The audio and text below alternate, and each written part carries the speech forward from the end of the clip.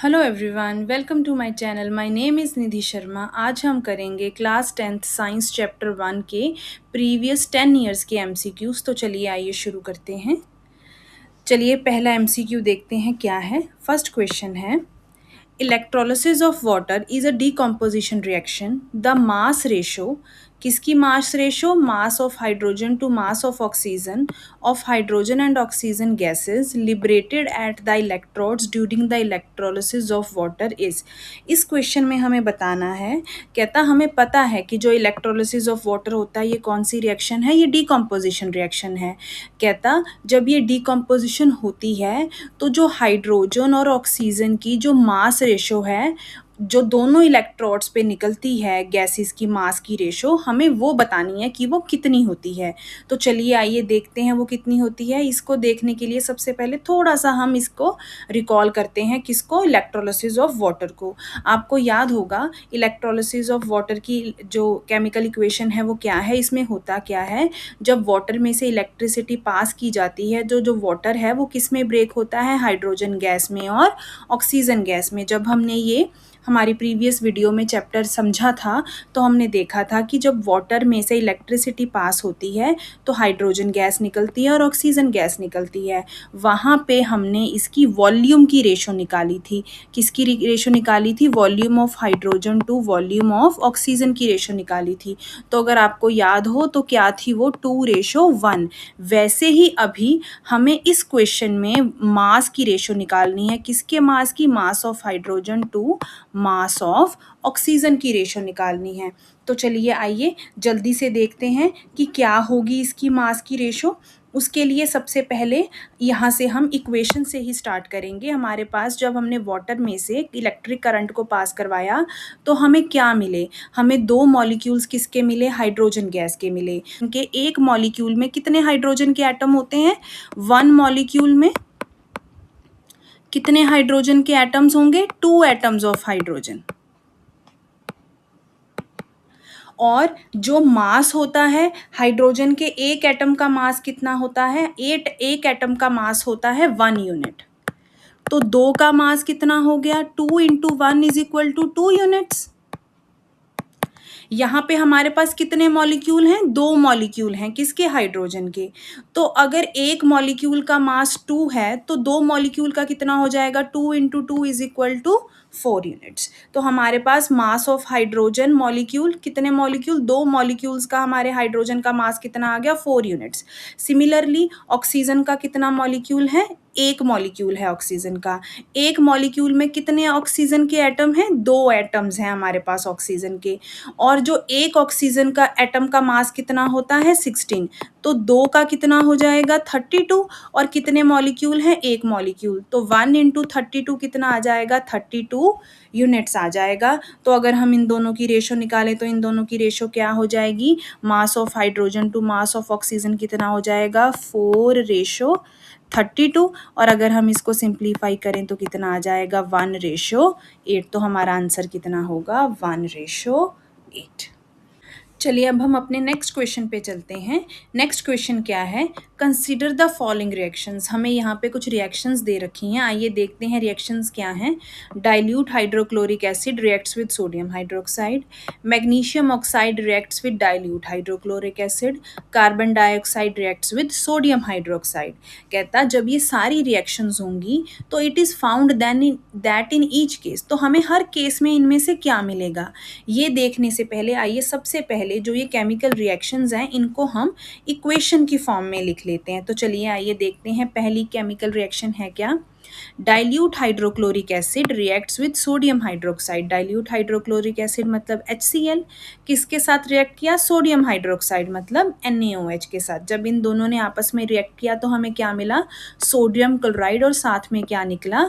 Water निकला। ये जो HCl होता है ये स्ट्रॉन्ग एसिड होता है, NaOH होता है स्ट्रॉन्ग बेस। जब ये दोनों आपस में रिएक्ट करते हैं तो क्या बनता है? सॉल्ट, और साथ में क्या बनता है? वाटर बनता है। और ऐसी रिएक्शन को क्या बोला जाता है? Neutralisation reaction. ये कौन सी रिएक्शन है? Neutralisation reaction. तो चलिए आइए अगली केमिकल इक्वेशन लिखते हैं। आगे क्या है? Magnesium oxide. मैग्नीशियम ऑक्साइड मतलब MgO। Reacts with dilute hydrochloric acid, reacts with HCl।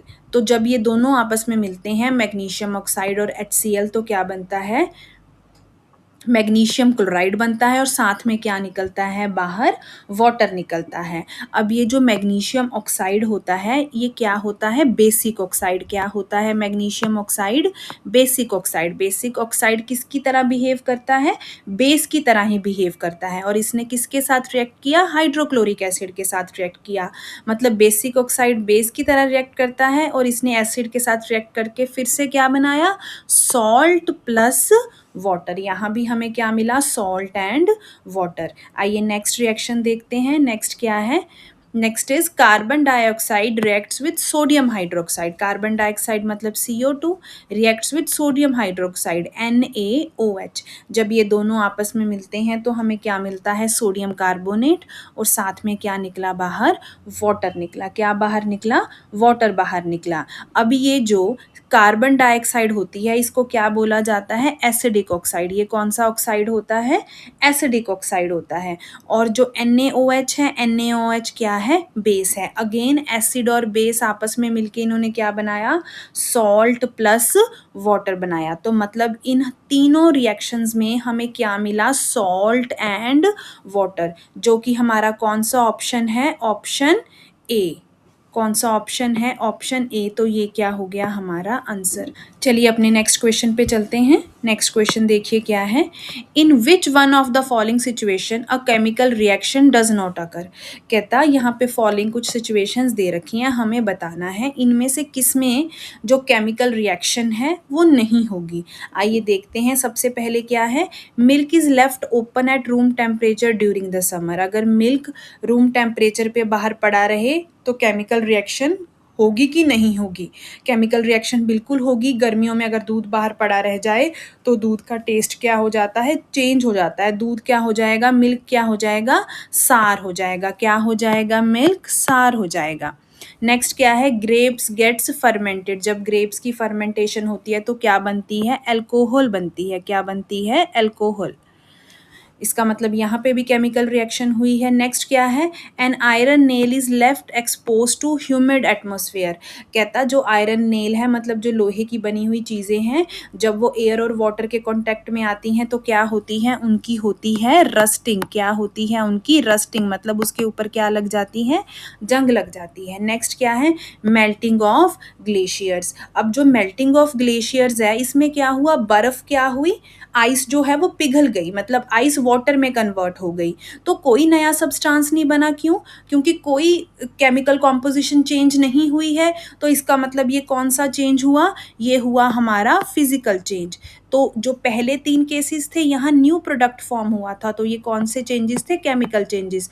और जो लास्ट है हमारा मेल्टिंग ऑफ ग्लेशियर, ये क्या है, फिजिकल चेंज है। यहाँ पे कोई नया प्रोडक्ट फॉर्म नहीं हुआ और यहाँ पे कोई रिएक्शन, केमिकल रिएक्शन नहीं हुई। तो ये हमारा डी ऑप्शन क्या हो गया, यहाँ पे आंसर हो गया। चलिए अब हम अपने नेक्स्ट क्वेश्चन पे चलते हैं। आइए देखते हैं नेक्स्ट क्वेश्चन क्या है, the correct balanced chemical equation showing exothermic reaction in which natural gas Burns in air. जो बर्निंग ऑफ नेचुरल गैस है उसकी करेक्ट बैलेंस्ड केमिकल इक्वेशन कौन सी है, हमें वो बताना है। तो चलिए आइए देखते हैं कि बर्निंग ऑफ नेचुरल गैस होती क्या है। क्या होती है नेचुरल गैस, जो नेचुरल गैस होती है वो मेनली क्या होती है, मीथेन होती है, दैट इज CH4। जब उसकी ऑक्सीजन की प्रेजेंस में क्या की जाती है, बर्निंग की जाती है, तो क्या निकलती है, कार्बन डाइऑक्साइड गैस बाहर निकलती है, वाटर बनता है और साथ में क्या निकलती है, एनर्जी बाहर निकलती है। तो जो ये पहली ए इक्वेशन है और जो सी इक्वेशन है इसमें से इन्होंने एनर्जी बाहर निकलती दिखाई नहीं है। क्यों, क्योंकि जो ये बर्निंग ऑफ नेचुरल गैस है ये एक्सोथर्मिक रिएक्शन है। एक्सोथर्मिक रिएक्शन मतलब जिसमें हीट क्या निकल रही है, बाहर निकल रही है। तो इसका मतलब ए और जो सी ऑप्शन है वो तो होगा नहीं। अब हम इसकी बैलेंसिंग करते हैं और देखते हैं कि हमारा करेक्ट आंसर क्या होगा। तो चलिए आइए देखते हैं। सबसे पहले अगर हम रिएक्टेंट साइड पे देखें तो हमारे पास कितने कार्बन हैं, एक कार्बन है। प्रोडक्ट साइड पे कितने कार्बन हैं, एक कार्बन है। रिएक्टेंट साइड पे देखें तो कितने हाइड्रोजन हैं, 4। प्रोडक्ट साइड पे कितने हाइड्रोजन है हमारे पास 2। तो हाइड्रोजन की बैलेंसिंग करने के लिए यहाँ पे मैं 2 लगा दूँ, तो यहाँ पे भी कितने हाइड्रोजन हो गए 4। अगर मैं बात करूँ रिएक्टेंट साइड की तो कितने ऑक्सीजन हैं यहाँ पे 2 ऑक्सीजन है। और जो हमारी प्रोडक्ट साइड है इसमें कितने ऑक्सीजन है 2 यहाँ हो गए और 2 यहाँ हो गए 4। तो मतलब मुझे ऑक्सीजन की बैलेंसिंग के लिए यहाँ भी क्या लगाना पड़ेगा 2 लगाना पड़ेगा। तो आइए एक बार दोबारा से इस पूरी इक्वेशन को चेक कर लेते हैं। एक कार्बन इधर है रिएक्टेंट साइड पे, एक कार्बन इधर है। 4 हाइड्रोजन रिएक्टेंट साइड पे और 4 हाइड्रोजन प्रोडक्ट साइड पे। 4 ऑक्सीजन रिएक्टेंट साइड पे और 4 ऑक्सीजन जो हैं वो हमारे प्रोडक्ट साइड पे हैं। तो इसका मतलब ये क्या हो गई हमारी बैलेंस्ड केमिकल इक्वेशन। तो चलिए आइए देखते हैं इनमें से कौन सी इक्वेशन बनती है। ये हमारी CH4 2 ऑक्सीजन मॉलिक्यूल्स, उसके बाद carbon dioxide plus 2 molecules of water. तो ये कौन सी इक्वेशन हो गई हमारी D। So D is the correct answer. तो चलिए आइए नेक्स्ट क्वेश्चन पे चलते हैं। Next question is consider the following chemical equation. ये केमिकल इक्वेशन दी हुई है। To balance this equation the value of PAR and SR। हमें इस इक्वेशन को बैलेंस करना है और फिर हमें बताना है कि जो PQRS हैं ये क्या होंगे। तो चलिए आइए सबसे पहले हम इस केमिकल इक्वेशन को लिखते हैं। ये केमिकल इक्वेशन है क्या, जब एल्यूमिनियम ने किसके साथ रिएक्ट किया, वाटर के साथ रिएक्ट किया, तो हमें क्या मिला एल्यूमिनियम ऑक्साइड, साथ में कौन सी गैस बाहर निकली, हाइड्रोजन गैस बाहर निकली। तो चलिए आइए इस इक्वेशन की हम बैलेंसिंग करनी शुरू करते हैं। अगर हम रिएक्टेंट साइड की बात करें तो यहाँ पे कितने एल्यूमिनियम हैं 1, प्रोडक्ट साइड पे कितने एल्यूमिनियम हैं 2। तो रिएक्टेंट साइड पे भी बैलेंस करने के लिए हम यहाँ पे 2 लगा देंगे। अगर हम आगे बात करें जो हमारा रिएक्टेंट साइड है वहाँ पे कितने हाइड्रोजन हैं 2, और जो प्रोडक्ट साइड है वहाँ पे कितने हाइड्रोजन हैं 2। तो इसका मतलब हाइड्रोजन हमारी क्या हुई बैलेंस हुई। लेकिन अगर हम बात करें ऑक्सीजन की, रिएक्टेंट साइड पे कितने ऑक्सीजन हैं 1 और प्रोडक्ट साइड पे हमारे कितने ऑक्सीजन हैं 3 ऑक्सीजन है। तो इसका मतलब अब हमें क्या करना पड़ेगा, अब हमें ऑक्सीजन की बैलेंसिंग करनी पड़ेगी। अगर मुझे मतलब रिएक्टेंट साइड पे भी ऑक्सीजन को बैलेंस करना है तो मैं यहाँ पे क्या लगा दूँ 3 लगा दूँ। तो यहाँ पे भी कितने ऑक्सीजन हो गए, अब 3 ऑक्सीजन हो गए। तो चलिए आइए जल्दी से अब हम क्या करते हैं पूरी इक्वेशन को एक बारी दोबारा से चेक कर लेते हैं। रिएक्टेंट साइड पे कितने एल्यूमिनियम हैं 2, प्रोडक्ट साइड पे कितने एल्यूमिनियम हैं 2, रिएक्टेंट साइड पे कितने हाइड्रोजन हो गए 6, प्रोडक्ट साइड पे कितने हाइड्रोजन हैं 2। तो क्या करेंगे यहाँ पे भी मैं 3 लगा दूँ, तो यहाँ पे भी कितने हाइड्रोजन हो गए 6। रिएक्टेंट साइड पे कितने ऑक्सीजन हैं 3, प्रोडक्ट साइड पे कितने ऑक्सीजन हो गए 3। तो इसका मतलब ये क्या हो गई हमारी फाइनल बैलेंस्ड केमिकल इक्वेशन। तो अब हमें इसको किसके साथ कंपेयर करना है, जो हमारी गिवन इक्वेशन है। गिवन इक्वेशन है क्या PAl plus QH2O, this gives us RAl2O3 साथ में SH2। अब हम क्या करेंगे, हम यहाँ पे क्या देखेंगे P किसके इक्वल आ रहा है 2 के, तो इसका मतलब P कितनी हो गई 2। Q किसके इक्वल आ रहा है 3 के, तो Q कितनी हो गई 3। R किसके इक्वल आ रहा है, R की जगह पे कुछ भी नहीं है, मतलब R की जगह पे क्या है, अगर कुछ ना हो तो 1 लेके चलते हैं। और जो S है S की जगह पे क्या आ रहा है हमारे पास 3 आ रहा है। तो आइए देखें ये किसके साथ मैच करता है 2 3 1 3, 2 3 1 3, दैट इज ऑप्शन C 2 3 1 3। तो हमारा ये क्या हो गया C option is the final answer. तो चलिए आइए नेक्स्ट क्वेश्चन पे चलते हैं। नेक्स्ट क्वेश्चन हमारा क्या है, कहता the main observations while burning magnesium ribbon in air are. कहता जब हम मैग्नीशियम रिबन को एयर में बर्न करते हैं तो कौन कौन सी ऑब्जर्वेशन आती है, देखते हैं। आइए इनमें से कौन सी ऑब्जर्वेशन दिखेगी, देखते हैं क्या क्या होता है, यहाँ पे क्या गिवन है और सही क्या है। Magnesium ribbon Burns with a dazzling white flame. बिल्कुल हमने ये कर चुके हैं हम अपनी एक्टिविटी। अगर आपको समझना है तो आप पहली वीडियो में जाके पूरा चैप्टर वहाँ से एक बार क्या कर सकते हैं रिवाइज कर सकते हैं। Next is a white powder is formed. बिल्कुल, मैग्नीशियम ऑक्साइड जो फॉर्म होता है वो क्या होता है, एक वाइट कलर का पाउडर होता है। ये भी क्या हो गई हमारी statement true. Magnesium ribbon vaporises, ये क्या है, बिल्कुल गलत। A aqueous solution of white powder turns blue litmus red, बिल्कुल नहीं, ब्लू लिटमस रेड नहीं होता, जबकि क्या होता है, रेड लिटमस क्या हो जाता है, ब्लू हो जाता है। क्यों? क्योंकि जो मैग्नीशियम ऑक्साइड होता है वो बेसिक होता है। तो हमारा करेक्ट आंसर क्या हो गया, ऑप्शन 1 एंड 2। ऑप्शन 1 एंड 2 कहाँ दिए हुए हैं, ऑप्शन सी में। तो ऑप्शन सी क्या हुआ हमारा करेक्ट आंसर। यहाँ पे एक गलती है, यहाँ पे क्या आएगा, ऑप्शन 2। तो क्या आएगा, option 1 and 2 is the correct answer. तो चलिए आइए नेक्स्ट क्वेश्चन देखते हैं। नेक्स्ट क्वेश्चन क्या है, the value of A B C and D in the following balanced chemical equations are respectively. Again इस बैलेंस्ड केमिकल इक्वेशन में हमें क्या निकालना है, ए बी सी और डी की वैल्यूज निकालनी है। तो चलिए सबसे पहले आइए इस इक्वेशन को लिखते हैं। इसमें हमारे पास क्या है, जो लेड नाइट्रेट है, जब लेड नाइट्रेट की डीकम्पोजिशन होती है तो हमें क्या मिलता है, लेड ऑक्साइड मिलता है, साथ में नाइट्रोजन डाइऑक्साइड गैस मिलती है और साथ में क्या मिलती है, ऑक्सीजन गैस। तो चलो आओ इसकी बैलेंसिंग शुरू करते हैं। रिएक्टेंट साइड पे कितने लेड हैं, एक। प्रोडक्ट साइड पे कितने लेड हैं, एक। रिएक्टेंट साइड पे कितने नाइट्रोजन हैं, दो। प्रोडक्ट साइड पे कितने नाइट्रोजन हैं, दो नाइट्रोजन है। तो इसका मतलब क्या होगा, मुझे यहाँ पे नाइट्रोजन की बैलेंसिंग के लिए 2 लगाना पड़ेगा, मैंने लगा दिया। ऑक्सीजन कितने हैं, 6, यहाँ पे कितने ऑक्सीजन हुए, 2 4 6, यहाँ पे तो 7 हो गए। तो मतलब मुझे ऑक्सीजन की क्या करनी पड़ेगी, बैलेंसिंग करनी पड़ेगी। तो यहाँ पे 7 है, यहाँ पे 6 है, इवन नंबर्स में ही होगी अब हमारी बैलेंसिंग। तो अगर यहाँ पे मैं 2 लगा देती हूँ तो अब ऑक्सीजन कितने हो गए, यहाँ पे 2 2 4 और 4 8। यहाँ पे ऑक्सीजन कितने हो गए मेरे, 8 ऑक्सीजन हो गए, राइट। यहाँ पे कितने हैं, 6। तो अगर यहाँ पे ऑक्सीजन का नंबर बढ़ाना है तो एक ही ऑप्शन है मेरे पास, यहाँ पे 2 लगा देना। लेकिन अब यहाँ पे क्या हुआ, 6 और 2 12, यहाँ पे तो ऑक्सीजन कितने हो गए, 12 हो गए। देखो इन रिएक्शंस में आपको हिट एंड ट्रायल मेथड से एक बार पुट करके फिर स्टार्टिंग से पूरी इक्वेशंस को चेक करके ही पता लगेगा कि क्या इक्वेशन बैलेंस हो रही है कि नहीं। तो चलो आओ दोबारा से एक बार करके देखते हैं कि क्या कितनी बैलेंस हुई है ये इक्वेशन। कितने लेड हैं रिएक्टेंट साइड पे, 2। प्रोडक्ट साइड पे कितने लेड हैं, 2, बैलेंस्ड। रिएक्टेंट साइड पे कितने नाइट्रोजन हो गए, 2 और 2 4 नाइट्रोजन हो गए। और प्रोडक्ट साइड पे यहाँ पे कितने नाइट्रोजन है, यहाँ पे तो 2 नाइट्रोजन है। तो इसका मतलब अगर मैं क्या करूँ, यहाँ पे 4 लगा दूँ। नाइट्रोजन को बैलेंस करने का तो यही एक तरीका है। अगर रिएक्टेंट साइड पे अब 4 नाइट्रोजन हो गए तो यहाँ पे भी तो 4 लगाना पड़ेगा। और आप जब आप इन रिएक्शंस की प्रैक्टिस करोगे ना तो आप ऑब्जर्व करोगे ये चीज़ कि कई बार जब हम ऐसे, जैसे अब मैंने यहाँ पे 4 लगाया, तो जब हम ऐसे एक बैलेंसिंग कर लेते हैं बहुत समझ के ध्यान से, तो साथ वाली चीज़ कई बार अपने आप बैलेंस आउट हो जाती है। तो नाइट्रोजन बैलेंस हुआ, अब देखना आप ऑक्सीजन अपने आप बैलेंस हो गई होगी। ऑक्सीजन इधर कितने हैं, 6 और 2 12 ऑक्सीजन है इधर हमारे पास। और अगर मैं यहाँ बात करूँ, 2 ये हो गए, यहाँ पे कितने हो गए, 8 9 10 11 12। तो यहाँ पे भी कितने ऑक्सीजन हो गए, 12। तो ये क्या हो गई हमारी फाइनल बैलेंस्ड केमिकल इक्वेशन।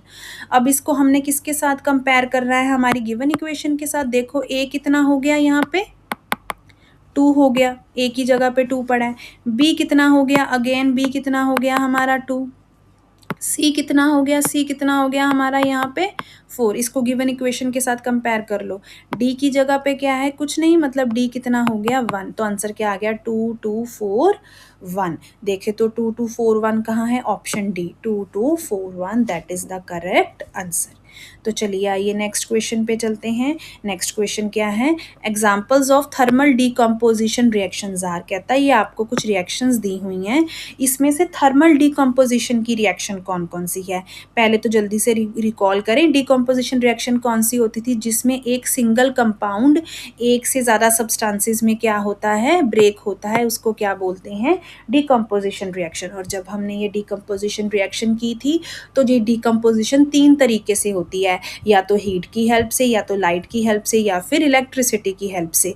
तो चलिए आइए देखें, सबसे पहले क्या है, सिल्वर क्लोराइड की डिकम्पोजिशन रिएक्शन है। अगर आपको याद हो तो ये डिकम्पोजिशन किसकी हेल्प से होती है, लाइट की हेल्प से होती है। जब सिल्वर क्लोराइड को सनलाइट में रखा जाता है तो सिल्वर में और क्लोरीन गैस बाहर निकलती है। इसका मतलब ये ऑप्शन 1 हमारा आंसर नहीं है। अगर हम अगले आंसर पार्ट की बात करें, कैल्शियम कार्बोनेट को जब हीट किया जाता है तो क्या बनता है, कैल्शियम ऑक्साइड और क्या निकलती है, कार्बन डाइऑक्साइड। हीट करने का मतलब क्या होता है, थर्मल डिकम्पोजिशन। तो हमारा सेकंड ऑप्शन क्या हो गया, सही। उसके बाद वाटर किस में डिकम्पोज हुआ, हाइड्रोजन गैस में और ऑक्सीजन गैस में। अगर आपको याद हो ये कौन सी इक्वेशन है, इलेक्ट्रोलिसिस ऑफ वाटर। ये कब होता है, जब डिकम्पोजिशन के लिए किसका यूज किया जाता है, इलेक्ट्रिसिटी का। तो ये भी हमारा आंसर नहीं होगा। नेक्स्ट ऑप्शन पे हमारे पास है पोटाशियम क्लोरेट। जब पोटाशियम क्लोरेट को हीट किया जाता है तो हमें क्या मिलता है, पोटाशियम क्लोराइड, और साथ में कौन सी गैस बाहर निकलती है, ऑक्सीजन गैस बाहर निकलती है। तो यहाँ पे भी इसकी भी क्या की गई है, हीटिंग की गई है। मतलब ये भी कौन सी डिकम्पोजिशन है, थर्मल डिकम्पोजिशन। तो ये भी हमारा क्या हो गया, करेक्ट आंसर। तो इसका मतलब कौन सा ऑप्शन सही हुआ, 2 और 4। 2 और 4 किस में आ रहे हैं, डी में। तो डी क्या हो गया हमारा correct answer. Thermal decomposition means breaking a compound using heat. चलिए आइए नेक्स्ट क्वेश्चन देखते हैं। नेक्स्ट क्वेश्चन क्या है, select from the following a decomposition reaction in which the source of energy for decomposition is light. हमने अब इन सारी equation में से बताना है कि ये सारी, अगर आप ध्यान से देखें तो ये सारी कौन सी रिएक्शंस हैं, डीकम्पोजिशन रिएक्शंस, जिसमें एक सिंगल कंपाउंड किस में ब्रेक हुआ, एक से ज़्यादा प्रोडक्ट्स में क्या हुआ, ब्रेक हुआ। लेकिन हमने ये बताना है कि इनमें से कौन सी जो डिकम्पोजिशन रिएक्शन है वो लाइट की हेल्प से हुई। आइए देखते हैं। इसके लिए अगर आप चाहें सारी इक्वेशंस को डिटेल में पढ़ना तो आप प्रीवियस वीडियो में जाके, जिसमें ये पूरे चैप्टर की एक्सप्लेनेशन है, उसमें से देख सकते हैं।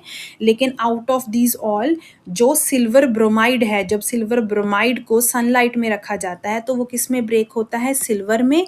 और साथ में कौन सी गैस बाहर निकलती है, ब्रोमीन गैस बाहर निकलती है। तो ये क्या हो गया हमारा करेक्ट आंसर। ये जो फेरस सल्फेट क्रिस्टल्स की डिकम्पोजिशन है ये हीट की हेल्प से होती है, तो इसका मतलब ये भी करेक्ट आंसर नहीं हुआ। जो वाटर की डिकम्पोजिशन है वो इलेक्ट्रिसिटी की हेल्प से है, ये भी करेक्ट आंसर नहीं हुआ। और जो कैल्शियम कार्बोनेट है, जो इसकी डिकम्पोजिशन है, ये भी किसकी हेल्प से होती है, हीट की हेल्प से। तो हमारा करेक्ट आंसर क्या हो गया, option C, decomposition of silver bromide. चलिए नेक्स्ट क्वेश्चन पे चलते हैं।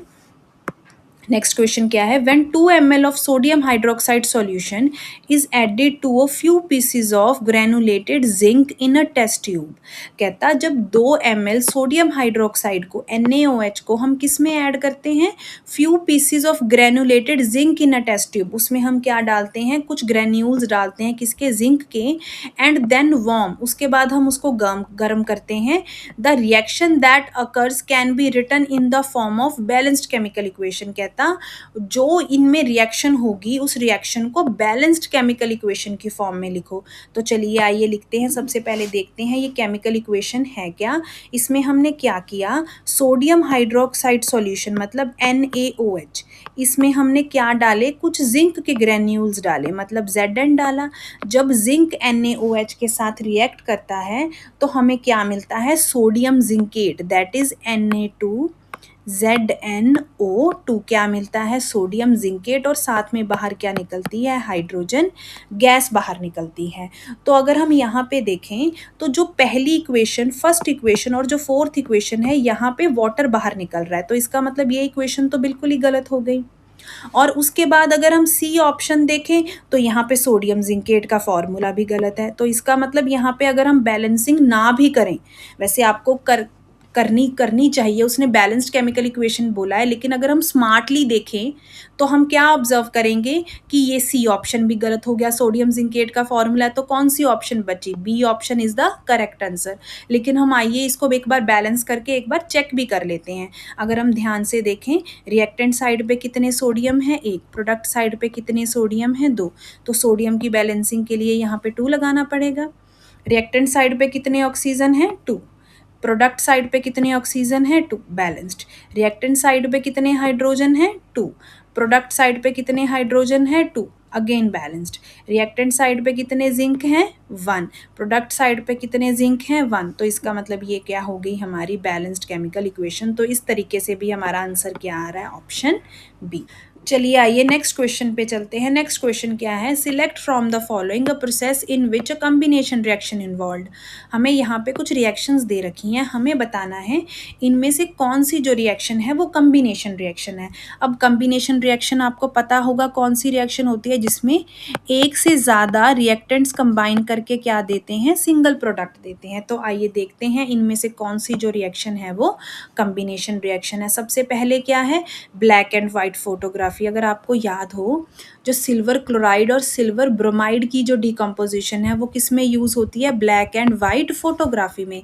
तो वो कौन सी रिएक्शन होती है, डिकम्पोजिशन रिएक्शन होती है। डिकम्पोजिशन रिएक्शन में क्या होता है, एक सिंगल रिएक्टेंट एक से ज़्यादा क्या बनाता है, प्रोडक्ट बनाता है। तो ये हमारा ऑप्शन नहीं होगा, तो इसका मतलब ए ऑप्शन क्या हो गया, गलत। नेक्स्ट क्या है, burning of coal. Burning of coal में हमारे पास क्या होता है, जो कार्बन है, burning of coal, carbon burn करेंगे, कार्बन को हम किसकी प्रेजेंस में, ऑक्सीजन की प्रेजेंस में, तो हमें क्या मिलेगा, कार्बन डाइऑक्साइड गैस मिलेगी। इसमें क्या हुआ, एक से ज़्यादा रिएक्टेंट से मिलके क्या दिया हमें, एक सिंगल प्रोडक्ट दिया। तो इसका मतलब ये क्या हो गया, हमारा ऑप्शन सही हो गया। नेक्स्ट अगर हम रिएक्शन की बात कर रहे हैं, burning of methane. Burning of methane जो होती है वो नॉर्मली क्या होती है, मीथेन CH4 होती है। अगर हम इसको ऑक्सीजन की प्रेजेंस में बर्न करेंगे तो क्या मिलता है हमें, कार्बन डाइऑक्साइड गैस मिलती है और साथ में क्या निकलता है, वाटर, और साथ में क्या निकलती है, एनर्जी निकलती है। तो हमें यहाँ पे सिंगल जो प्रोडक्ट है वो तो नहीं मिला, तो इसका मतलब ये ऑप्शन भी क्या हो गया, गलत। अब जो डाइजेशन ऑफ फूड होता है, डाइजेशन ऑफ फूड को हम सिंगल इक्वेशन में रिप्रेजेंट नहीं कर सकते। इसमें जो स्टार्च होती है वो ग्लूकोज में ब्रेक डाउन होती है और इसको हम सिंगल रिएक्शन में नहीं दिखा सकते, तो ये ऑप्शन भी नहीं होता। तो इसका मतलब हमारा करेक्ट ऑप्शन क्या हो गया, बर्निंग ऑफ कोल हो गया। चलिए अब हम अपने नेक्स्ट क्वेश्चन पे चलते हैं। नेक्स्ट क्वेश्चन क्या है, कंसीडर द फॉलोइंग केसेस। यहाँ पे कुछ केसेस दे रखे हैं, उन्होंने पूछा है कि इनमें से किस केस में नया प्रोडक्ट फॉर्म होगा। तो ये रिएक्शन करने से पहले ना, सबसे पहले हम अपनी रिएक्टिविटी सीरीज लिख लेते हैं एक बार। आइए देखते हैं रिएक्टिविटी सीरीज थी क्या, potassium, sodium, calcium, magnesium, aluminium, zinc, iron, lead, hydrogen, copper, silver, gold. अब जब हम रिएक्टिविटी सीरीज में डाउनवर्ड मूव करते हैं तो जो मेटल्स हैं उनकी रिएक्टिविटी क्या होती है, डिक्रीज होती है। तो जो ज़्यादा रिएक्टिव मेटल होगी वही लीस्ट रिएक्टिव मेटल को डिस्प्लेस करेगी। तो अब इन रिएक्शन के आंसर के लिए हमें ये रिएक्टिविटी सीरीज क्या होनी चाहिए, लर्न होनी चाहिए। चलिए आइए सबसे पहले देखते हैं, calcium sulphates reacts with aluminium. तो आइए अगर हम रिएक्टिविटी सीरीज को ध्यान से देखें, जो हमारा कैल्शियम है वो एल्यूमिनियम से ज़्यादा रिएक्टिव है, तो क्या एल्यूमिनियम इसको कैल्शियम को डिस्प्लेस कर पाएगा, नहीं, तो ये रिएक्शन नहीं होगी। नेक्स्ट इक्वेशन क्या है, copper sulphate reacts with calcium. अब जो कैल्शियम है हमारा वो कॉपर से ज़्यादा रिएक्टिव है, तो कैल्शियम क्या करेगा, कॉपर को उसकी जगह से क्या कर देगा, डिस्प्लेस कर देगा। तो क्या रिएक्शन बनेगी, कैल्शियम सल्फेट CaSO4, साथ में क्या बाहर निकल जाएगा, जो कॉपर है हमारा बाहर निकल जाएगा, तो ये रिएक्शन होगी। चलिए नेक्स्ट चलते हैं, iron sulphates react with copper. अगर अब हम यहाँ पे देखें, iron is more reactive than copper, तो कॉपर आयरन को डिस्प्लेस नहीं कर पाएगा, तो ये रिएक्शन भी नहीं होगी। नेक्स्ट क्या है, zinc sulphate reacts with magnesium. Magnesium is more reactive than zinc, तो मैग्नीशियम क्या करेगा, जिंक सल्फेट में से जिंक को क्या कर देगा, डिस्प्लेस कर देगा और क्या बना देगा, मैग्नीशियम सल्फेट, और साथ में क्या बाहर निकलेगा, जिंक। तो इसका मतलब किस किस केस में न्यू प्रोडक्ट्स फॉर्म होंगे, बी और डी में, और बी और डी किस में है, D answer. So D is the correct answer. चलिए अब हम अपने नेक्स्ट क्वेश्चन पे चलते हैं। नेक्स्ट क्वेश्चन क्या है, identify the correct statement about the following reaction. ये हमें एक फॉलोइंग रिएक्शन दी हुई है, हमने बताना है कि इनमें से जो कौन सी इक्वेशन है वो क्या है, सही है। तो आइए देखते हैं हमारे पास क्या है, जो हाइड्रोजन सल्फाइड है उसने किसके साथ रिएक्ट किया, सल्फर डाइऑक्साइड के साथ रिएक्ट किया। तो क्या निकला, वाटर, और क्या बाहर निकला, सल्फर बाहर निकला। हमें बताना है कि इनमें से कौन सी इक्वेशन जो है वो सही है। आओ सबसे पहले हम इस इक्वेशन को एक बार अच्छे से समझते हैं। इक्वेशन है क्या, इसमें क्या हो रहा है। यहाँ पे अगर हम ध्यान से देखें, जो H2S है, H2S ने क्या किया, यहाँ पे इसने ऑक्सीजन को गेन किया है। अगर इसने ऑक्सीजन को गेन किया है तो इसकी क्या हुई है, ऑक्सीडेशन हुई है। ठीक है, अब इसकी ऑक्सीडेशन किसके कारण हुई है, सल्फर डाइऑक्साइड के कारण। क्यों, सल्फर डाइऑक्साइड ने ही तो अपनी ऑक्सीजन दी है। तो इसका मतलब जो SO2 होगा वो क्या होगा, ऑक्सीडाइजिंग एजेंट होगा यहाँ पे, इसका मतलब। ठीक है, और अगर हम ध्यान से देखें, जो सल्फर डाइऑक्साइड है उसने अपनी ऑक्सीजन को लूज कर दिया। अगर उसने अपनी ऑक्सीजन को लूज कर दिया तो इसकी क्या हुई है, रिडक्शन हुई है। अब इसने, सल्फर डाइऑक्साइड ने अपनी ऑक्सीजन किसके कारण लूज की है, H2S के कारण लूज की है। तो इसका मतलब जो H2S है वो क्या हो गया, रिड्यूसिंग एजेंट हो गया। एजेंट वही होता है जो दूसरे से कुछ करवा दे। अब इसने रिड्यूसिंग एजेंट इसलिए है क्योंकि इसने SO2 की क्या करवा दी, रिडक्शन करवा दी। तो आइए देखें कौन सा ऑप्शन इनमें से क्या है, सही है। तो चलो देखते हैं। H2S इज ऑक्सीडाइजिंग एजेंट, बिल्कुल गलत है। H2S तो हमारा रिड्यूसिंग एजेंट था, यानी कि यहीं पे ये ऑप्शन क्या हो गई, गलत। H2S इज रिड्यूस्ड, H2S तो क्या हुआ है, ऑक्सीडाइज हुआ है, ये भी गलत हो गया। SO2 इज ऑक्सीडाइजिंग एजेंट, ये तो ठीक है। SO2 क्या था, हमारा ऑक्सीडाइजिंग एजेंट। चलो आगे पढ़ते हैं। And H2S is reducing agent, ये ऑप्शन तो क्या हो गया, सही है। आगे क्या है, SO2 इज ऑक्सीडाइज्ड, बिल्कुल नहीं, SO2 तो क्या हुआ था, रिड्यूस। तो C is the right answer. चलिए नेक्स्ट क्वेश्चन पे चलते हैं। Consider the following chemical equation. अब हमें यहाँ पे एक केमिकल इक्वेशन दे दी, हमें फिर से इस इक्वेशन को बैलेंस करके क्या देने हैं, A B C and D देने हैं। तो चलो सबसे पहले आओ इस केमिकल इक्वेशन को लिखते हैं। ये केमिकल इक्वेशन है क्या हमारी, इसमें क्या हुआ है, जो एल्यूमिनियम ऑक्साइड है Al2O3, उसने किसके साथ रिएक्ट किया, हाइड्रोक्लोरिक एसिड के साथ रिएक्ट करके हमें क्या मिला, एल्यूमिनियम क्लोराइड मिला, और साथ में क्या निकला, वाटर निकला। तो चलिए आइए इस इक्वेशन की बैलेंसिंग करते हैं। अगर हम रिएक्टेंट साइड पे देखें कितने एल्यूमिनियम है, 2। प्रोडक्ट साइड पे कितने एल्यूमिनियम है, 1। तो यहाँ पे क्या लगेगा, 2 लगेगा। रिएक्टेंट साइड पे कितने ऑक्सीजन है, 3। प्रोडक्ट साइड पे कितने ऑक्सीजन है, 1। तो ऑक्सीजन की बैलेंसिंग के लिए क्या लगाएंगे, यहाँ पे 3, ऑक्सीजन बैलेंस हो गया। अब हाइड्रोजन की चेक करते हैं, कितने हाइड्रोजन है, 1 हाइड्रोजन है। कितने हाइड्रोजन है, यहाँ पे 6 हाइड्रोजन है। तो एक ही तरीका बचता है हाइड्रोजन को बैलेंस करने का, इस तरफ 6 लगा दो, हाइड्रोजन भी कितने हो गए, 6। अब क्लोरीन कितने हैं, इस तरफ 6, और इस तरफ कितने क्लोरीन है, 6 क्लोरीन। तो अपने आप क्लोरीन क्या हो गए, बैलेंस। तो चलो जल्दी से एक बार दोबारा से इस रिएक्शन को चेक कर लेते हैं। कितने एल्यूमिनियम है रिएक्टेंट साइड पे, 2। कितने एल्यूमिनियम है, 2। कितने ऑक्सीजन है, 3 ऑक्सीजन है। कितने ऑक्सीजन है, 3 ऑक्सीजन है। कितने हाइड्रोजन है, 6। कितने हाइड्रोजन है, 6। कितने क्लोरीन है, 6। कितने क्लोरीन है, 6। तो ये क्या हो गई हमारी फाइनल बैलेंस्ड केमिकल इक्वेशन। तो चलो इसको किसके साथ कंपेयर करते हैं, गिवन इक्वेशन के साथ। ए कितने हैं, कुछ भी नहीं है, तो ए कितना हो गया, 1। बी कितने हैं यहाँ पे, 6। सी कितने हैं यहाँ पे, 2। डी कितने हैं यहाँ पे, 3।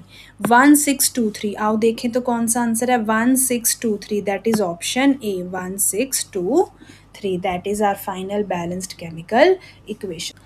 चलिए नेक्स्ट क्वेश्चन पे चलते हैं। नेक्स्ट क्वेश्चन क्या है हमारा, which of the following reaction is different from the remaining reactions. कहता यहाँ पे 4 रिएक्शंस दे रखी हैं, कहता चारों में से 3 रिएक्शन एक तरीके की हैं और एक रिएक्शन अलग है। हमने बताना है इनमें से वो कौन सी रिएक्शन है जो बाकियों से अलग है। तो चलिए आइए देखते हैं। पहली केमिकल इक्वेशन क्या है, sodium chloride reacts with silver nitrate gives us silver chloride and sodium nitrate. अगर हम ध्यान से देखें तो ये कौन सी रिएक्शन है, डबल डिस्प्लेसमेंट रिएक्शन।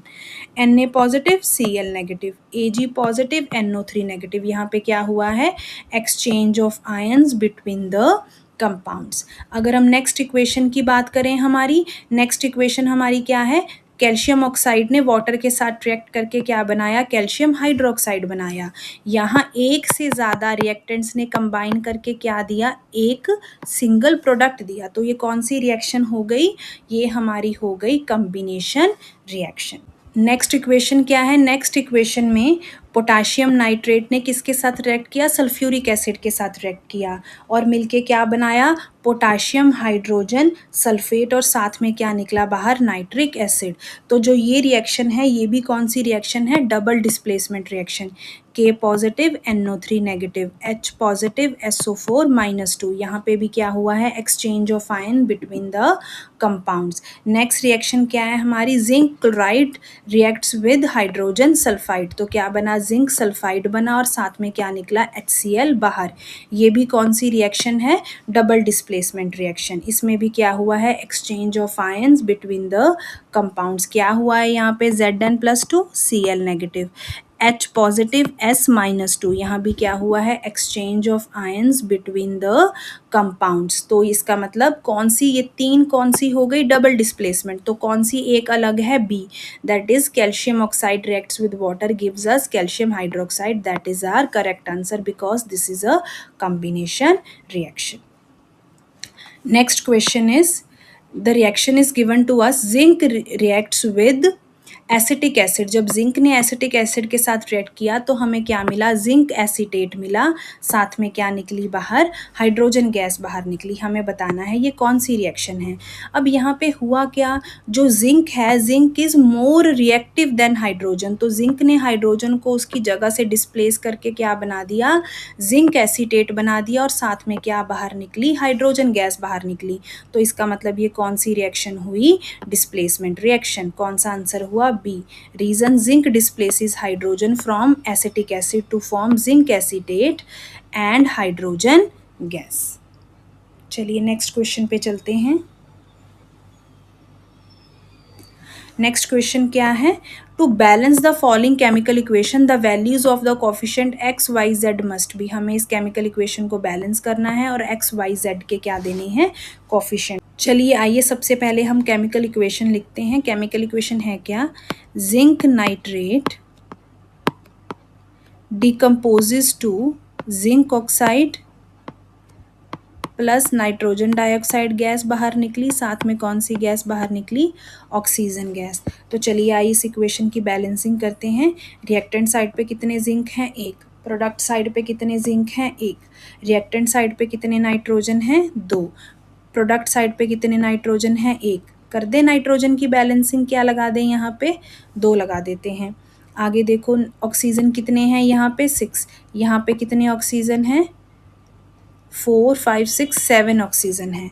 तो अब हमें क्या करना पड़ेगा? 7 ऑक्सीजन है, इसको इवन करने के लिए यहाँ पे 2 लगा के देखो। अब यहाँ पे 2, 4, 2 कितने हो गए? 8 ऑक्सीजन हो गए।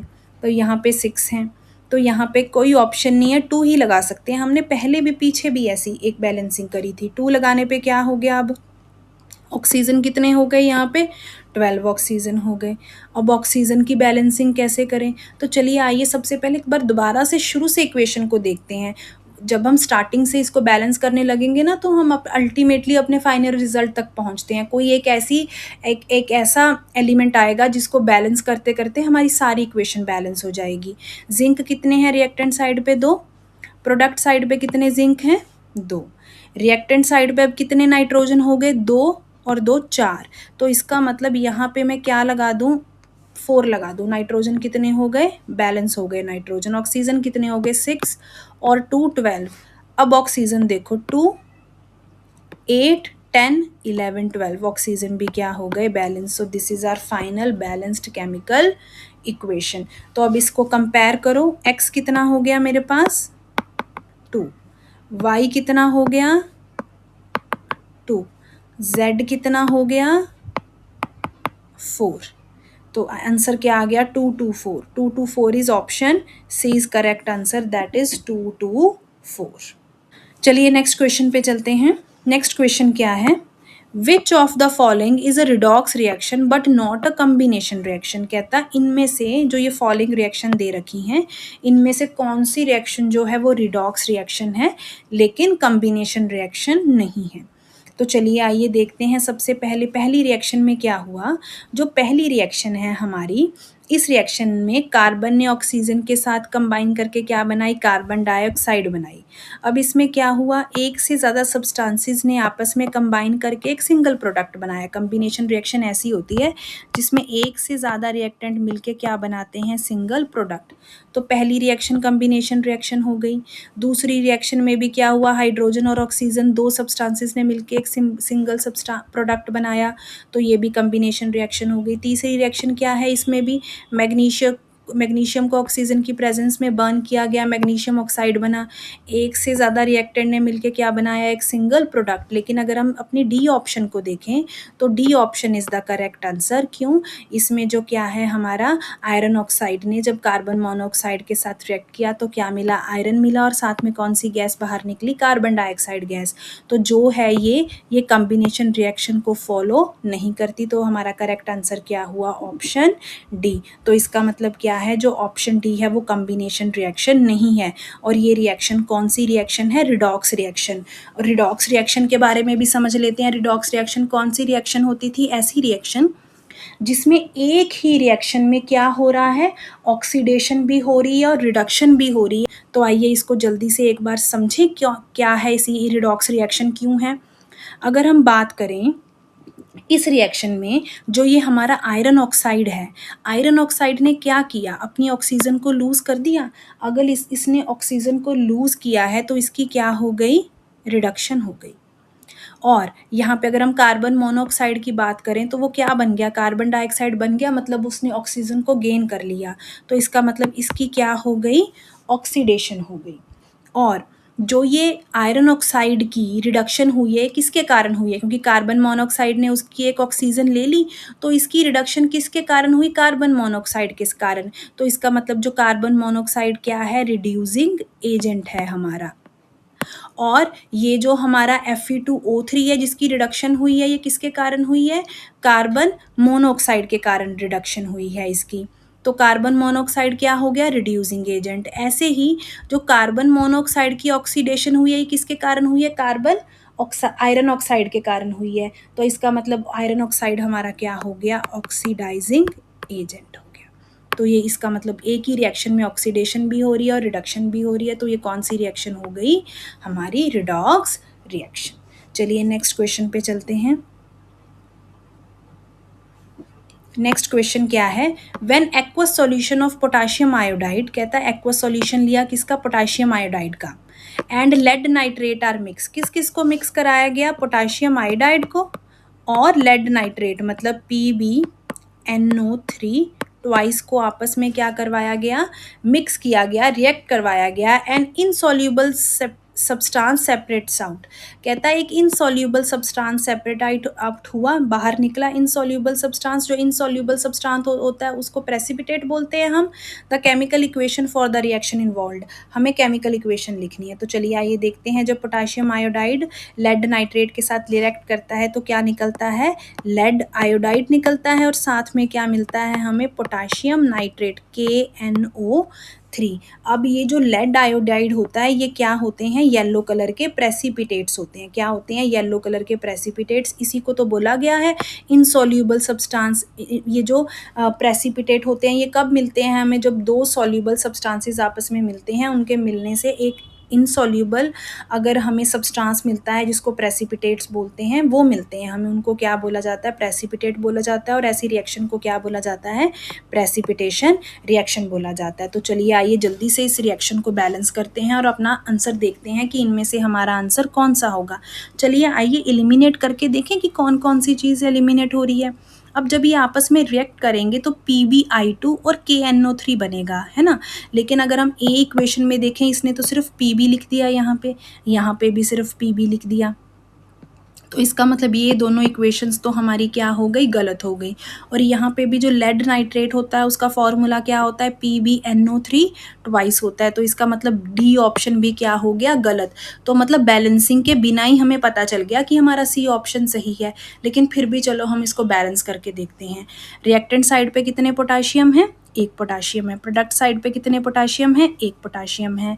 रिएक्टेंट साइड पे कितने आयोडाइड हैं, एक। प्रोडक्ट साइड पे कितने हैं, दो। तो यहाँ पे मैं क्या लगा दूँ, 2 लगा दूं बैलेंसिंग के लिए। रिएक्टेंट साइड पे कितने लेड हैं, 1। प्रोडक्ट साइड पे कितने लेड हैं, 1।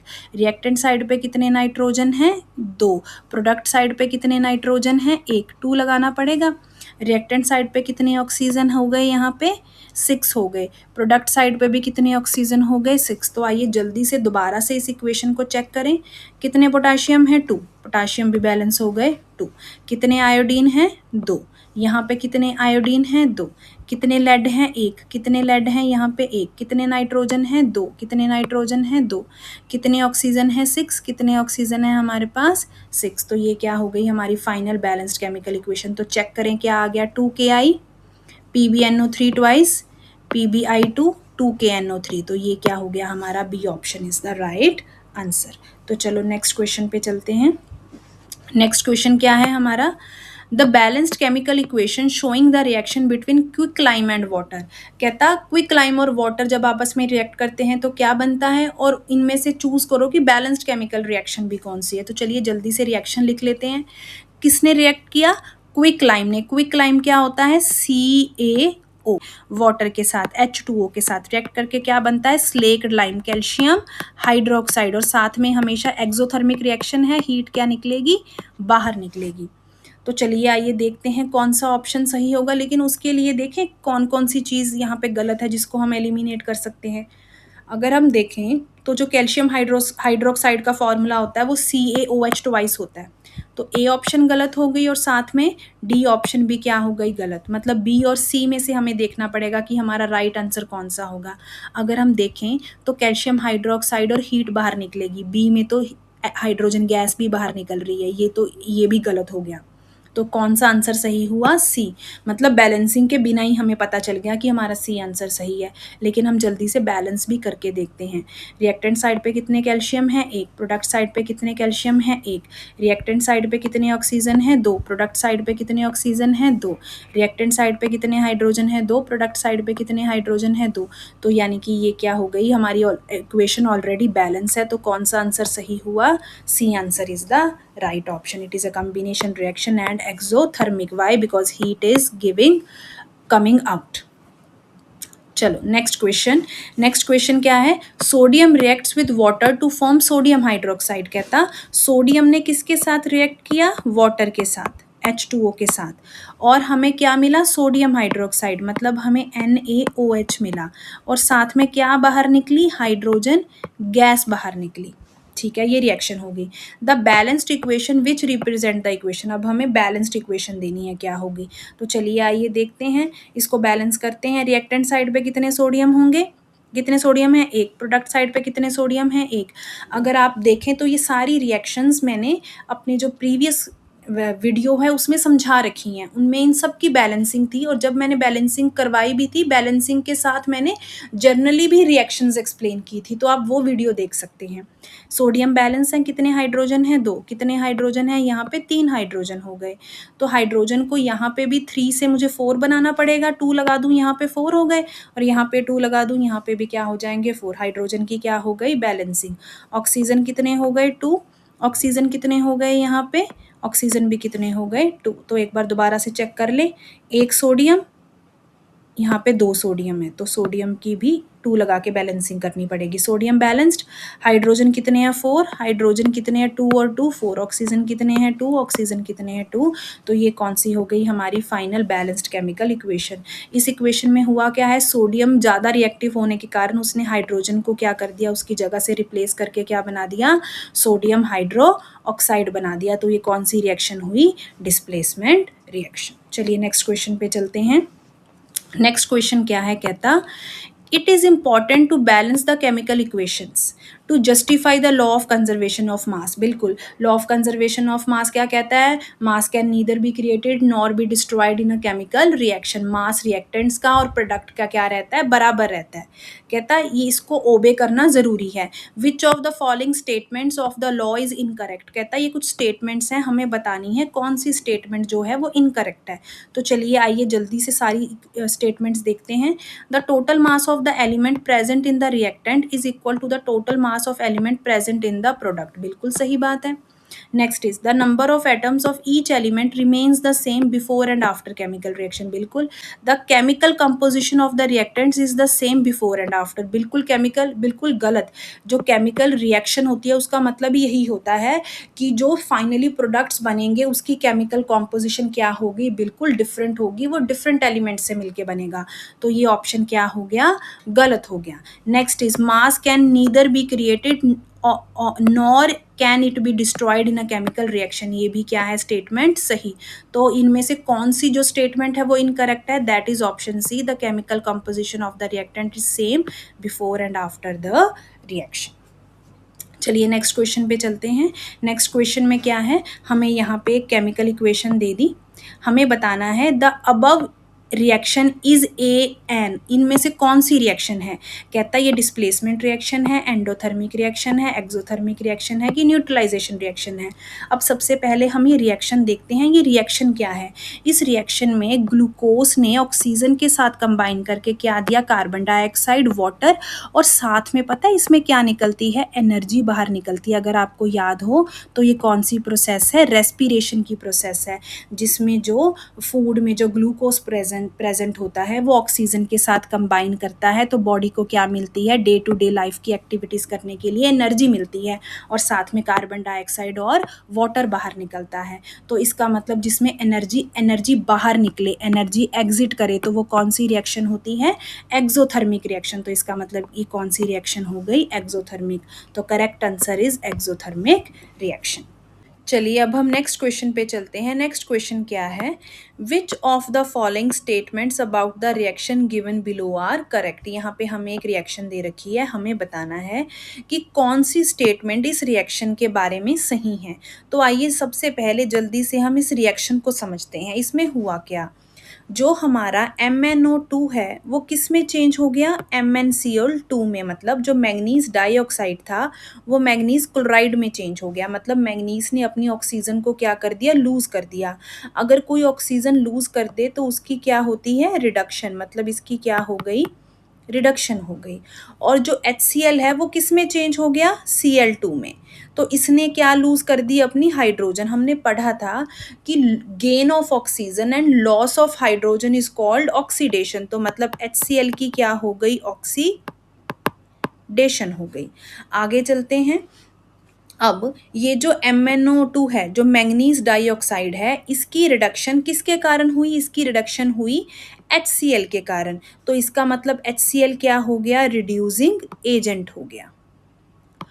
और जो HCl है इसकी ऑक्सीडेशन किसके कारण हुई, मैग्नीज डाइऑक्साइड के कारण। तो इसका मतलब मैग्नीज डाइऑक्साइड क्या हो गया, ऑक्सीडाइजिंग एजेंट हो गया। तो चलिए आइए देखते हैं कि कौन कौन सी स्टेटमेंट जो है वो सही है। HCl is oxidise to Cl2, बिल्कुल HCl ने अपनी हाइड्रोजन लूज करके Cl2 में बदल गया, तो इसकी क्या हुई है, oxidation. MnO2 is reduce to MnCl2, बिल्कुल MnO2 ने अपनी ऑक्सीजन दी, उसकी रिडक्शन हुई, तो वो क्या बन गया, मैग्नीज क्लोराइड बन गया। आगे MnCl2 acts an oxidizing agent, MnCl2 oxidizing agent नहीं है, मैग्नीज डाइऑक्साइड MnO2 क्या है, ऑक्सीडाइजिंग एजेंट। ये स्टेटमेंट क्या हो गई, गलत हो गई। HCl acts as an oxidizing agent, HCl is reducing agent, ये ऑप्शन भी क्या हो गई, गलत। तो कौन कौन सी ऑप्शन सही है, ऑप्शन 1 एंड 2।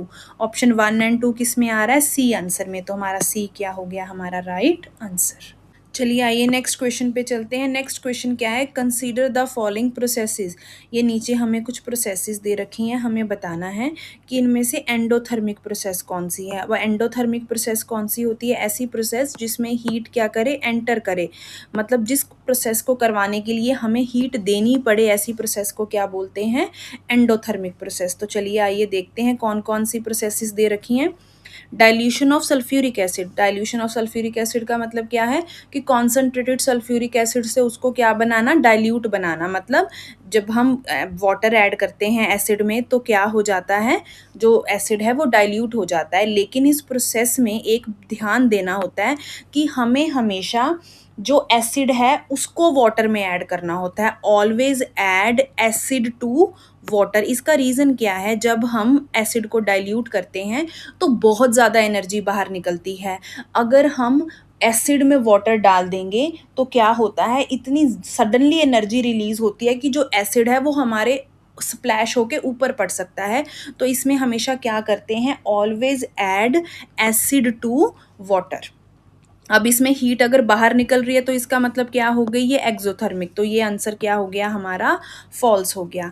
नेक्स्ट क्या है, sublimation of dry ice. Sublimation कौन सी प्रोसेस होती है, जिसमें जो सब्सटेंस है वो सॉलिड स्टेट से डायरेक्ट लिक्विड स्टेट में चेंज हो जाता है, वेपर स्टेट में चेंज हो जाता है विदाउट अंडरगोइंग लिक्विड स्टेट। तो इस प्रोसेस को क्या बोला जाता है, sublimation. Sublimation of dry ice में क्या होगा कि जो वाटर है वो डायरेक्टली, जो आइस है वो डायरेक्टली किस में चेंज हो जाएगी, वाटर वेपर्स में चेंज हो जाएगी। और ये कब होती है, जब वो जो आइस है वो हीट को क्या करेगी, एब्जॉर्ब करेगी। हीट को एब्जॉर्ब करने का मतलब हीट क्या हो रही है, एंटर हो रही है। तो ये कौन सी प्रोसेस होगी, एंडोथर्मिक। तो ये हमारा आंसर हो गया। Next, condensation of water. Condensation का मतलब क्या होता है, कंडेंसेशन का मतलब होता है कि जो वाटर वेपर्स हैं वो कूल होके किस में चेंज हो गए। जब वाटर वेपर्स कूल होते हैं तो वो दोबारा किस में चेंज हो जाते हैं, वाटर में चेंज हो जाते हैं। तो इसमें क्या हुआ, जो हीट है वो कहाँ निकली है, कूल होने के लिए बाहर निकली है। अगर हीट एग्जिट करे, बाहर निकले, तो ये कौन सी प्रोसेस होती है, एक्सोथर्मिक। तो ये भी हमारा आंसर नहीं है। चलिए आइए इसके नेक्स्ट पार्ट पे चलते हैं, dissolution of ammonium chloride in water. कहता है जब हम अमोनियम क्लोराइड को वाटर में ऐड करते हैं तो क्या होता है, उसको अमोनियम क्लोराइड को वाटर में डिज़ोल्व करने के लिए हमें हीट एनर्जी देनी पड़ती है। तो इसका मतलब हीट क्या करेगी, एंटर करेगी। तो ये प्रोसेस भी कौन सी हो गई, एंडोथर्मिक। तो एक तो ये हमारा क्या हो गया, राइट आंसर। तो राइट आंसर कौन कौन से दो राइट ऑप्शन है, ऑप्शन 2 एंड ऑप्शन 4। और ऑप्शन 2 एंड ऑप्शन 4 किस में आ रहे हैं, डी पार्ट में। तो डी पार्ट हमारा क्या हो गया, करेक्ट आंसर। चलिए नेक्स्ट क्वेश्चन पे चलते हैं। नेक्स्ट क्वेश्चन क्या है, कहता when lead nitrate powder is heated in a boiling tube we observe. जब हम लेड नाइट्रेट को कहता बॉइलिंग ट्यूब में हीट करते हैं तो हमें क्या ऑब्जर्व होता है। आइए सबसे पहले इसकी रिएक्शन देखते हैं। लेड नाइट्रेट की रिएक्शन क्या होती है, ये हमारे पास PbNO3 लेड नाइट्रेट का फॉर्मूला है, PbNO3 ट्वाइस। जब हम इसको हीट करते हैं तो ये किस में ब्रेक होता है, लेड ऑक्साइड में। साथ में नाइट्रोजन डाइऑक्साइड गैस बाहर निकलती है और साथ में क्या निकलती है, ऑक्सीजन गैस बाहर निकलती है। ये जो लेड नाइट्रेट होते हैं ये क्या होते हैं, ये येलो कलर का एक रेजिड्यू होता है। और जो नाइट्रोजन डाइऑक्साइड गैस होती है इसके क्या निकलते हैं, ब्राउन फ्यूम्स निकलते हैं, भूरे रंग का धुआं निकलता है। और साथ में क्या निकलती है, कलरलेस ऑक्सीजन गैस बाहर निकलती है। तो आइए देखते हैं कौन सा ऑप्शन सही है। ये कौन सी रिएक्शन होती है, डीकम्पोजिशन रिएक्शन, जिसमें एक सिंगल कंपाउंड एक से ज़्यादा सब्सटेंसेस में क्या होता है, ब्रेक होता है। तो आइए कौन सा ऑप्शन सही है देखते हैं। Brown fumes of nitrogen dioxide, ये ऑप्शन सही है। Brown fumes of lead oxide बिल्कुल गलत है। लेड ऑक्साइड क्या होता है, येलो कलर का residue. Yellow fumes of nitrogen dioxide बिल्कुल गलत। Brown fumes of nitric acid, nitric acid तो फॉर्म ही नहीं हुआ। तो कौन सा आंसर सही हो गया, brown fumes of nitrogen dioxide. चलिए देखते हैं नेक्स्ट क्वेश्चन क्या है, in which of the following the identity of the initial substance remains unchanged. कहता है ये कुछ हमें प्रोसेसेस दे रखी हैं, इनमें से जो आइडेंटिटी है इनिशियल सब्सटेंस की वो चेंज नहीं होती। आइडेंटिटी अगर इनिशियल सब्सटेंस की चेंज ना हो, ऐसा चेंज कौन सा होता है, फिजिकल चेंज। और जिसमें आइडेंटिटी चेंज हो जाए वो कौन सा चेंज है, मतलब आइडेंटिटी चेंज हो गई, कुछ नया बन गया। कुछ नए बनने का मतलब केमिकल चेंज। मतलब हमें बताना है कि इनमें से कौन सा फिजिकल चेंज है, ये बताना है हमें। Curdling of milk, curdling of milk का मतलब क्या होता है, दूध से पनीर का बनना। दूध से पनीर बन गया तो एक नया सब्सटेंस बन गया, तो आइडेंटिटी क्या हो गई, चेंज हो गई। तो ये कौन सा चेंज हो गया, केमिकल चेंज। हमें कौन सा बताना है, फिजिकल चेंज बताना है। नेक्स्ट क्या है, formation of crystals by process of crystallization. अगर हम क्रिस्टलाइजेशन की प्रोसेस करते हैं तो क्रिस्टलाइजेशन की प्रोसेस कौन सी होती है, फिजिकल चेंज होता है। उसी चीज़ के हमें क्रिस्टल्स मिलेंगे।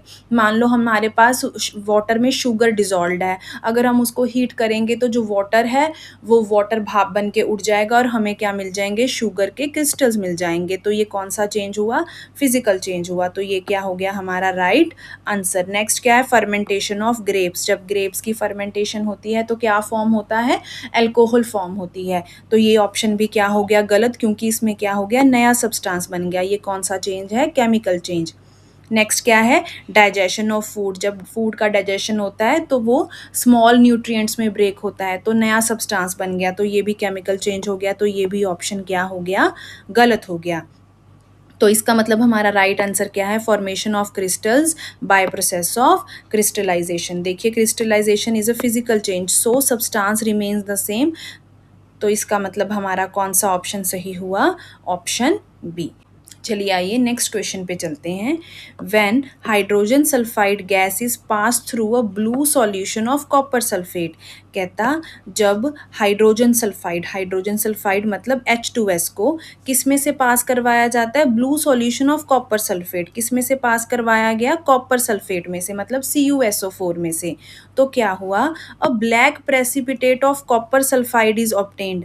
हमें ब्लैक कलर के प्रेसिपिटेट मिले। प्रेसिपिटेट क्या होते हैं, इनसॉल्युबल सॉलिड को प्रेसिपिटेट बोलते हैं। किस कलर के, ब्लैक कलर के।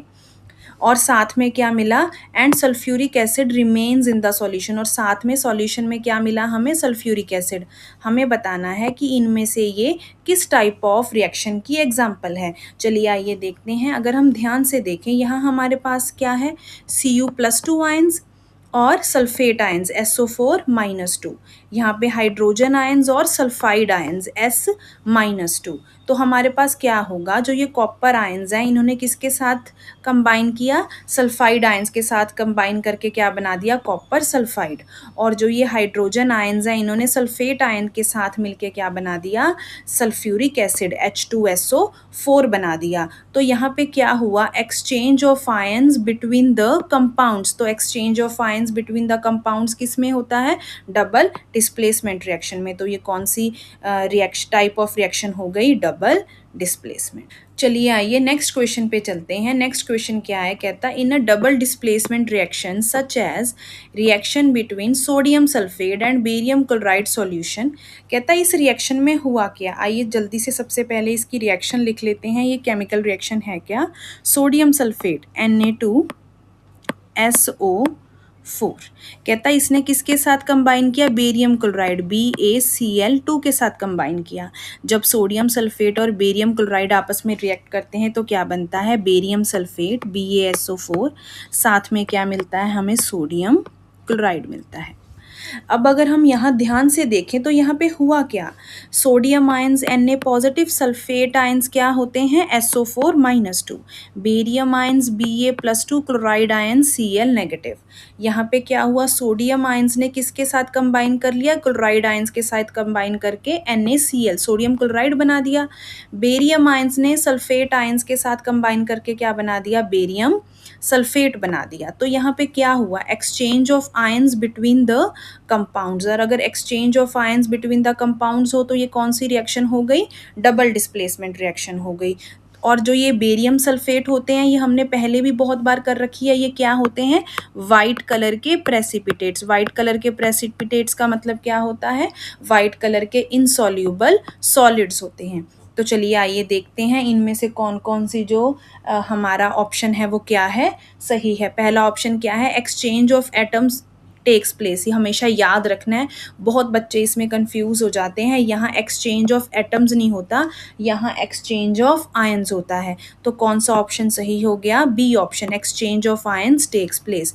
अ प्रेसिपिटेट इज प्रोड्यूस, बिल्कुल वाइट कलर के प्रेसिपिटेट मिले हमें, a precipitate is produced. An insoluble salt is produced, बिल्कुल जो ये बेरियम सल्फेट होता है ये क्या होता है, इनसॉल्यूबल सॉल्ट होता है। तो कौन कौन से ऑप्शन सही हो गए, बी, सी एंड डी। तो यहाँ पे हमारा कौन सा ऑप्शन सही हो गया, D option, B, C and D. चलिए नेक्स्ट क्वेश्चन पे चलते हैं। If copper is kept open in the air it slowly loses its shining brown surface and gains a green coating, it is due to the formation of. कहता अगर copper copper बहुत लंबे time तक air में पड़ा रहे तो जो उसका ब्राउन सरफेस होता है वो लूज़ होना शुरू हो जाता है और उसके ऊपर एक ग्रीन कलर की लेयर चढ़ने लग जाती है। ये किसके कारण होता है? अब ये किसके कारण होता है? ये होता है जब कॉपर लंबे टाइम तक एयर में पड़ा रहता है तो उसकी क्या हो जाती है? करोजन हो जाती है। हमने पढ़ा था करोजन में होता क्या है? करोजन स्लो ऑक्सीडेशन की प्रोसेस है। इसमें होता क्या है? कॉपर की क्या हो गई? ऑक्सीडेशन हो गई। कॉपर किसके कांटेक्ट में आया? कॉपर कार्बन डाइऑक्साइड, एयर और वाटर के कांटेक्ट में आके उसके ऊपर क्या चढ़ गई? एक ग्रीन कलर की लेयर चढ़ गई, मतलब कॉपर की क्या हो गई? करोजन हो गई। और जब कॉपर की कोरोजन होती है तो क्या बनता है? कॉपर कार्बोनेट, CuCO3 क्या बनता है? कॉपर कार्बोनेट बनता है। तो ये ग्रीन कलर की कोटिंग किसके कारण हुई है? क्योंकि कॉपर ने किसके साथ रिएक्ट कर लिया? कार्बन डाइऑक्साइड, ऑक्सीजन और मॉइस्चर के साथ, वाटर के साथ रिएक्ट करके क्या बना दिया? कॉपर कार्बोनेट बना दिया। तो आंसर क्या होगा? B option, copper carbonate. चलिए अब हम अपने नेक्स्ट क्वेश्चन पे चलते हैं। कहता in the experimental setup given below it is observe that on passing the gas produced in the reaction. कहता हमें यहाँ पे एक नीचे एक्सपेरिमेंटल सेटअप दिया हुआ है। सेटअप हमें क्या दिखा रहा है? हमें दिखा रहा है reaction between dilute hydrochloric acid and sodium carbonate. कहता इस इनकी रिएक्शन से एक गैस बनेगी। उसके बाद उस गैस को हम किस में से पास करवाएंगे? किसी सॉल्यूशन X में से पास करवाएंगे। यहाँ दूसरी टेस्ट ट्यूब में कोई सॉल्यूशन है हमारे पास X। कहता ये जब हम गैस पास करवाएंगे X first turns milky and then colourless. उसके बाद X पहले मिल्की होगा फिर क्या हो जाएगा? कलरलेस हो जाएगा। आगे देखते हैं। The option that justifies the given observation is that X is aqueous calcium hydroxide। कहता हमें नीचे 4 ऑप्शंस दिए हुए हैं। कौन सा ऑप्शन ये जस्टिफाई कर रहा है कि जो X है वो क्या है? एक्वस कैल्शियम हाइड्रोक्साइड है। और साथ में आगे देखते हैं। अब हम पहले सबसे पहले ऑप्शंस देखने से पहले हम इस पूरी एक्टिविटी को समझ लेते हैं। अब इसमें हो क्या रहा है? इसमें हमने क्या किस किस में रिएक्शन करवाई? Sodium carbonate Na2CO3। इसकी रिएक्शन किसके साथ हुई? हाइड्रोक्लोरिक एसिड मतलब HCl के साथ। तो क्या बनता है? सोडियम क्लोराइड बनता है NaCl, साथ में वाटर H2O, साथ में कौन सी गैस बाहर निकली? कार्बन डाइऑक्साइड गैस बाहर निकली। अब इस रिएक्शन के बाद ये जो गैस कार्बन डाइऑक्साइड बाहर निकली है इसको हमने किसी सॉल्यूशन X में से पास करवाया। कहता जिससे पहले तो वो मिल्की हो गया और बाद में वो कलरलेस हो गया। अब आपको याद है हम एक लाइम कार्बन डाइऑक्साइड की प्रेजेंस का टेस्ट करते होते थे क्लास 7th में। उसमें होता क्या था कि अगर हम लाइम वाटर में से कार्बन डाइऑक्साइड गैस पास करवाते हैं तो लाइम वाटर क्या हो जाता है? मिल्की हो जाता है। अब ये लाइम वाटर होता क्या है? लाइम वाटर होता क्या है? जो स्लेक्ड लाइम होता है, स्लेक्ड लाइम क्या था हमारा? Calcium hydroxide. अगर कैल्शियम हाइड्रोक्साइड को हम पानी में घोल देते हैं तो हमें क्या मिलता है? Lime water, that is aqueous calcium hydroxide होता है वो। अब जब हमने ये गैस इस लाइम वाटर में से पास करवाई, मतलब किस में से पास करवाई? कैल्शियम हाइड्रोक्साइड में से पास करवाई, तो वो क्या हो गया? पहले तो वो क्या हुआ? मिल्की हुआ। अगर उसके बाद भी कहता हम ये कार्बन डाइऑक्साइड इस रिएक्शन इस एक्टिविटी में अगर उसके बाद भी हम इसमें से कार्बन डाइऑक्साइड गैस पास करवाएंगे तो होगा क्या? तो होता क्या है? किसकी फॉर्मेशन होती है? कैल्शियम हाइड्रोजन कार्बोनेट की। जब हमने पहले लाइम वाटर में से कार्बन डाइऑक्साइड पास करवाई तो वो मिल्की हो गया। वो मिल्की क्यों हुआ? क्योंकि क्या मिलता है हमें जब हम कैल्शियम हाइड्रोक्साइड को कार्बन डाइऑक्साइड के साथ रिएक्ट करवाते हैं तो हमें क्या मिलता है? कैल्शियम कार्बोनेट CaCO3 मिलता है पहले हमें। अगर हम फिर से आगे उसके बाद भी उसमें से अगर हम कार्बन डाइऑक्साइड पास करवाते हैं तो हमें क्या मिलता है? कैल्शियम हाइड्रोजन कार्बोनेट मिलता है, जो क्या होता है हमारे पास? कलरलेस होता है। तो चलिए आइए देखते हैं कौन सा ऑप्शन इनमें से सही बैठ रहा है। सबसे पहले it turns milky due to carbon dioxide gas liberated. ये मिल्की इसलिए नहीं हुआ कि कार्बन डाइऑक्साइड गैस बाहर निकली है। मिल्की इसलिए हुआ है कि जो कार्बन डाइऑक्साइड गैस बाहर निकली थी उसने एक्वस कैल्शियम हाइड्रोक्साइड के साथ रिएक्ट किया और जब वो कार्बन डाइऑक्साइड को लाइम वाटर में से पास करवाया जाता है तो वो क्या हो जाता है? मिल्की हो जाता है। In the reaction after some time it becomes colourless due to the formation of calcium carbonate. बाद में थोड़े कैल्शियम कार्बोनेट बना है। कैल्शियम कार्बोनेट तो वो मिल्की हुआ ही तो इसीलिए है क्योंकि क्या बन गया? सबसे पहले जब हमने लाइम वाटर में से कार्बन डाइऑक्साइड पास करवाई तो क्या बन गया, कैल्शियम कार्बोनेट बन गया। तो इसका मतलब फर्स्ट ऑप्शन क्या हो गया, गलत। नेक्स्ट ऑप्शन पे चलते हैं।